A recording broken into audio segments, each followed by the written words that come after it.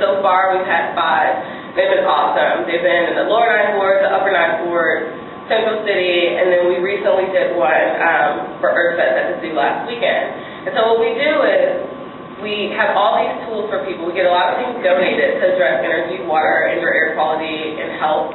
And we've given away things from organic seeds to condoms to bicycles. You know, we're really trying to connect that whole theme of health and how it's all the health of a community that's green, not just the product.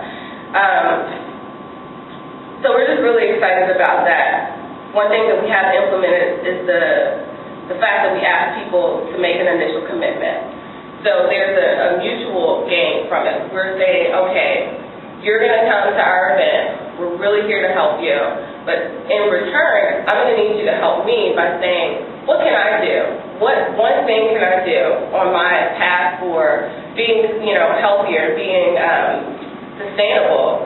How can I, start that off? And so we've gotten over 500 initial commitments, and our next step would be to really follow up with that. And our third program, it just got launched in March. It's a recycled glass program.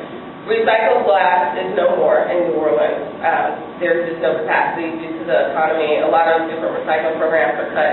The city doesn't do recycling anyway, but the private companies, they can't handle it anymore. So I said, you know what?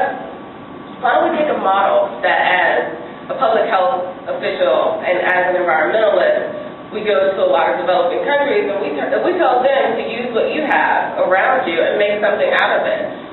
That's a model that works. Why can't we use that as Americans? Why can't we use that as New Orleanians? So we say, all right, we have all this glass, no one is taking it. This is an art city, this is a music city. There is something that you can do with that glass. So I teamed up with a local artist and a jeweler, and we're going to be making jewelry out of the glass, and that's going to be launched in July. So we're really excited about it. We've collected must be about 300 bottles so far. So it's definitely a process there, and we're hoping to expand that program. So our whole theme, what I really want to paint the picture of is how to achieve social change as an individual. Every little step counts. And the thing that makes Consciously Rebuilding different is that we really advocate for this self-empowerment. Like, I can do this myself. We know FEMA's not going to do it. We know the city of New Orleans, if they come, they might come, they say it might take 10 years. So what can I do in the meantime? I'm just not going to be feeling sorry for myself. I need to move on. And it's really about that community empowerment. So we really promote incremental lifestyle changes. That is our social change model.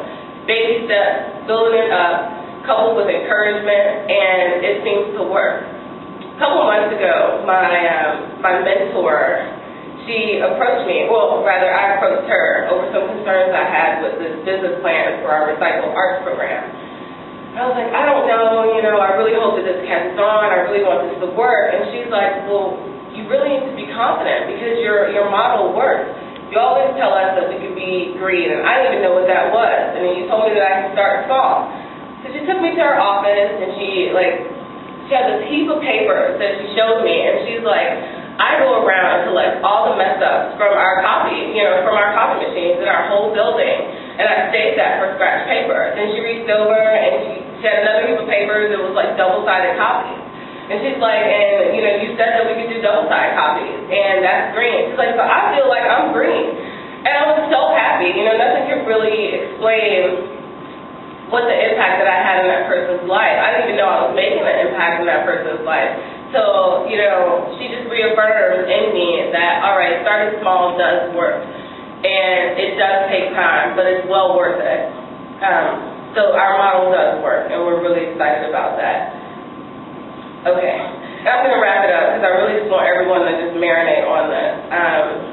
The other thing that we really advocate for is rights and responsibilities. I had a chance to go to South Africa over the summer, and health is a human right. I never thought of it like that before. I never said, I have a right to health. In this day and age, I don't have health insurance, so I know I don't have a right to health. I could wait in line at the clinic, and trust me, it takes all day, but I'm so grateful that there are clinics around. So it's really telling people, yes, you have a right to health. You have a right to your personal health, your environmental health, your community health.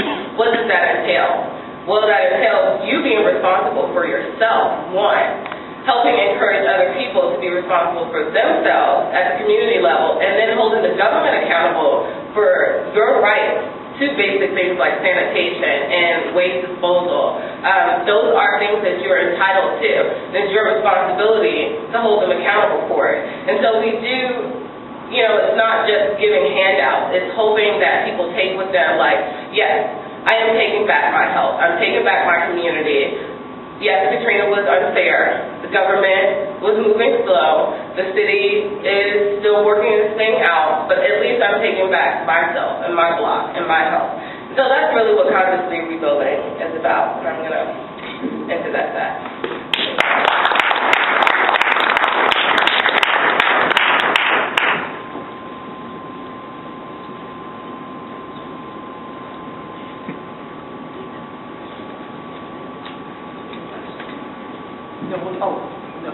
So question, thank you. Really, we planned this out before.